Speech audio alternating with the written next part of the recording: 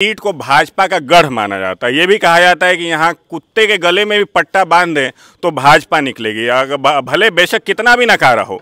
लेकिन इस बार लोग उस बीमारी से बाहर निकल चुके हैं कि भाई कब तक, अब इनके पहले इनका शौक था कि मोदी के नाम पे चुनाव जीतेंगे, तो कब तक मोदी के नाम पे अगर आपको कोई गूं खिला देगा तो नहीं ना खा लीजिएगा। नफरत के बाजार में मोहब्बत का दुकान खोल रहा हूँ, नफरत के बाजार में मोहब्बत का दुकान खोल रहा हूँ। हाँ, मैं राहुल गांधी का कार्यकर्ता बोल रहा हूँ। मोदी जी नहीं दिया इसीलिए आप नहीं, मुझे खैरात का भी नहीं चाहिए। मैं अपने सक्षम हूँ अपने कमाने खाने के लिए, और मुझे उनके फ्री के राशन से कोई लेना देना नहीं। मुझे कांग्रेस के वादों में दम रहा है, उन्हीं का जो है मनरेगा है, राइट टू एजुकेशन है। नमस्कार, द सोशल न्यूज में आपका स्वागत है। अभी हम बेतिया में और बेतिया की जनता से जानेंगे कि क्या लग रहा है 2024 का माहौल क्या हो चुका है, कि जिस तरह से बीजेपी दावे कर रही है कि 400 पार। देखिए, 400 पार का नारा तो बहुत बड़ा नारा दे दिया गया है। किस आधार पे दिया गया है, जो ये नारा दिए हैं वही बता सकते हैं। ग्राउंड पे तो कुछ देखने को मिल नहीं रहा है। अगर हम व्यक्तिगत इस लोकसभा कंस्टिट्यूंसी की बात करें, आप जैसे बताया आपने कि पश्चिमी चंपारण में है, बेतिया में है, अगर विश्वासघात के लिए किसी को सजा दिया जाता तो सबसे बड़ा अपराधी हमारे सांसद महोदय हैं। इन्होंने एक दो नहीं, लगभग 40 लाख लोगों को हर बार छला है। लगभग मोटा मोटी 40 लाख 39 लाख के करीब आबादी है। लेकिन दुर्भाग्य इन 40 लाख लोगों का है कि ऐसे नकारा सांसद यहाँ मौजूद हैं। बार बार चुनती हुई जनता यहाँ की आई है, बार बार चुनी है। बताया जा रहा है कि कांग्रेस लगभग 30-35 साल से नजर नहीं आई है। हाँ, तो उसके पीछे वजह यह है कि कहीं ना कहीं लोग इस बार पूरा मन बदलने का मन बना चुके हैं, क्योंकि काम गिनाने के लिए कह दिया जाए तो ना इसका ना इसके चमचे के पास कोई काम गिनाने का कोई ये नहीं। क्या 2024 में किसको देखना पसंद करेंगे? देखिए, स्वाभाविक तौर पे कंस्टिट्यूएंसी वाइज मैं बात करूं तो यहाँ मदन मोहन तिवारी बतौर प्रत्याशी हैं और 1 लाख गुना बेहतर हैं वर्तमान सांसद से। तो मुझे लगता है कि जो इनका नारा ना 4 लाख पार, हो सकता है 8 लाख पार ये निकल जाए। तो क्या 2024 में जिस तरह से बीजेपी दावे कर रही है कि कांग्रेस कहीं नजर नहीं आ रही है? दावों का क्या है, दावे तो लोग बहुत सारे करते हैं। ग्राउंड पे हम लोग देख रहे हैं, हम लोग लोगों के बीच रहते हैं। मैं कोई पॉलिटिकल आदमी नहीं हूँ, मैं एक आम आदमी हूँ, और मुझे पता है लोगों को क्या चाहिए। लोग बहुत बड़े झलासे में पड़ के कितना बार किसी को मौका दे देंगे, और इस बार हो सकता है कि ये लोग कई सारी सीटों पे इनकी जमानत जब्त हो जाए। तो क्या लग रहा है, राहुल गांधी जी ने जिस तरह से भारत जोड़ो यात्रा निकाली, तो क्या इसका असर बिहार में नजर आया? बिल्कुल स्वाभाविक तौर पे जो उन्होंने लोगों से कनेक्ट करने का काम किया, उनकी समस्याओं को जानने का काम किया, तो स्वाभाविक तौर से इस बार के इलेक्शन में अच्छा रिजल्ट होना स्वाभाविक है। तो क्या 2024 में अगर कांग्रेस आती है तो किस मुद्दे को लेकर काम करेगी देश के लिए?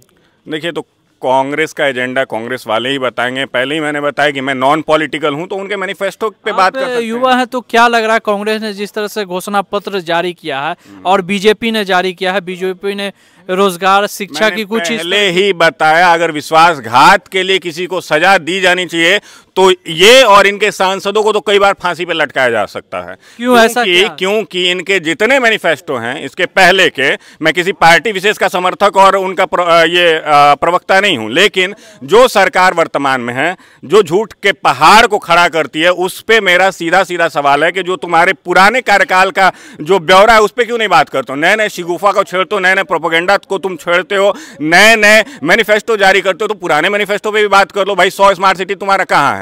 बुलेट परियोजना कहां है? 2 करोड़ रोजगार कहां है? कुछ नहीं है।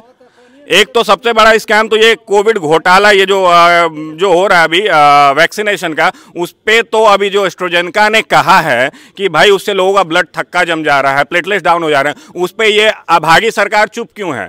उस समय तो बड़े बड़े प्रेस कॉन्फ्रेंस होते थे, डेली आंकड़े पेश किए जाते थे कि इतने कोरोना के केसेस बढ़ गए, इतने लोग मर गए, इतने लोग हॉस्पिटलाइज हैं। अभी जब खुद कंपनी, जिस कोविशील्ड को पूरे भारत को जबरदस्ती दिलवाया गया, क्योंकि बहुत लोगों को तनख्वाह नहीं मिलता था, ट्रैवलिंग के लिए दिक्कत हो जाती थी, उनको वैक्सीनेशन सर्टिफिकेट लेके घूमना होता था, तो आज क्यों नहीं उस पे भारत सरकार प्रेस कॉन्फ्रेंस? फिर भी जनता तो बोल रही कि तीसरी बार मोदी लहर फिर से। अब कौन सी जनता बोल रही है पता नहीं, आप कहाँ घूम रहे हैं। हम लोगों को तो वैसी जनता दिख नहीं रहे। हम जहाँ आसपास घूम रहे हैं, आपको राशन मोदी जी नहीं दिया इसीलिए नहीं, मुझे खैरात का भी नहीं चाहिए। मैं अपने सक्षम हूँ अपने कमाने खाने के लिए, और मुझे उनके फ्री के राशन से कोई लेना देना नहीं। मुझे मतलब है अपने क्षेत्र के विकास के लिए।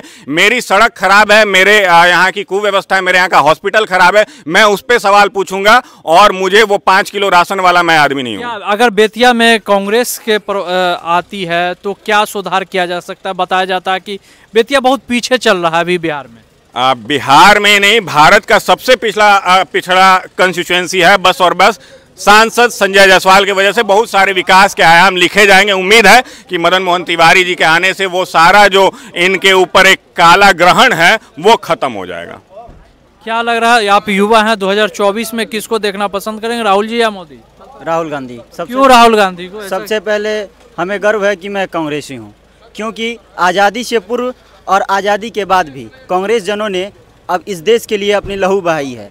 और मैं जात पात के नाम पे एक चीज़ कहना चाहता हूँ, नफ़रत के बाज़ार में मोहब्बत का दुकान खोल रहा हूँ।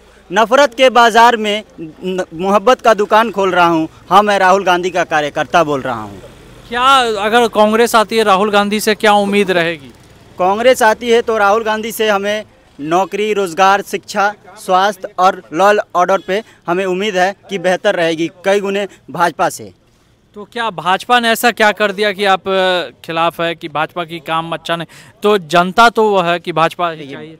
भाजपा से इसलिए हम लोग नाखुश है, बढ़ती महंगाई, बढ़ती बेरोजगारी, बढ़ते क्राइम। अभी हाल ही में बेतिया में कुछ दिन पहले एक बच्ची, उसके ऊपर ना इनका एक ट्वीट, ना इनका कोई नेता बोला, ना किसी का बयान नहीं आया। तो इस पे आप क्या कहना चाहते हैं? मैं जनता से ही पूछना चाहता हूँ, क्या उस बच्ची का क्या गुनाह था?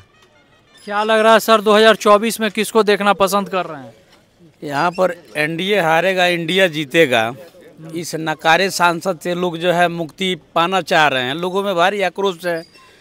यह सांसद तो बहुत काम किए यहाँ के। बिल्कुल नहीं, जिस गांव को उन्होंने गोद लिया है, बगल के 2 किलोमीटर मझरिया है, वहाँ जाकर के स्थिति को देख लिया जाए।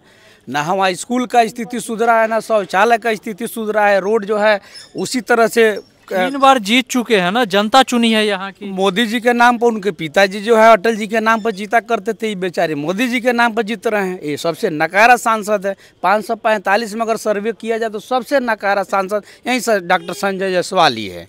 तो क्या उम्मीद नजर आ रही इस तरह 2024 में क्या माहौल बन चुका है? महागठबंधन की बहुत शानदार जीत होने वाली है।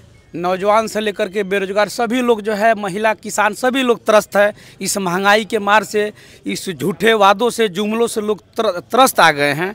इसलिए लोगों में आक्रोश है। जन आक्रोश का सामना एनडीए के प्रत्याशी को करना पड़ेगा और हमारे प्रत्याशी को लग रहा है कि राहुल गांधी जी ने जिस तरह से घोषणा पत्र जारी किया, तो क्या वो मोदी जी के जैसा जुमला रहेगा या काम किया जाएगा? नहीं, कांग्रेस के वादों में दम रहा है। उन्हीं का जो है मनरेगा है, राइट टू एजुकेशन है, राइट टू इन्फॉर्मेशन है। उन्होंने जो भी कहा वो करके दिखाए। क्या कांग्रेस आएगी तो सबसे बड़ा चीज़ है कि युवा और महंगाई? बिल्कुल, महंगाई और युवा पर उनका फोकस रहेगा, उनका एजेंडा है। तो इस पर हमें उम्मीद है, सारे युवाओं को उम्मीद है कि इससे हम लोग को निजात मिलेगा। क्या भारत जोड़ो यात्रा निकाली गई थी, क्या उससे सीखने को मिला या क्या माहौल बना देश में? महागठबंधन है वो जोड़ने का काम कर रही है। अब विपक्षी हमारे जो है वो तोड़ने का काम कर रही है। तो हमारा जो है महागठबंधन की तरफ से, हमारे जो इस महागठबंधन के सर्वोच्च लीडर राहुल गांधी जी हैं, उनके द्वारा जो भी निकाला गया भारत जोड़ो यात्रा, इसका बहुत ही सकारात्मक परिणाम इस चुनाव में, जो लोकसभा का चुनाव हो रहा है, उसमें देखने को मिल रहा है। क्या लोकसभा चुनाव में तीसरी बार क्या नजर आएगा? इस बार जो नतीजे हो रहे हैं, जिस उम्मीद थी कि बीजेपी दावे कर रही है, कांग्रेस नहीं नजर आ रही है। मोदी जी जाने वाले हैं और हमारे महागठबंधन आने वाले हैं।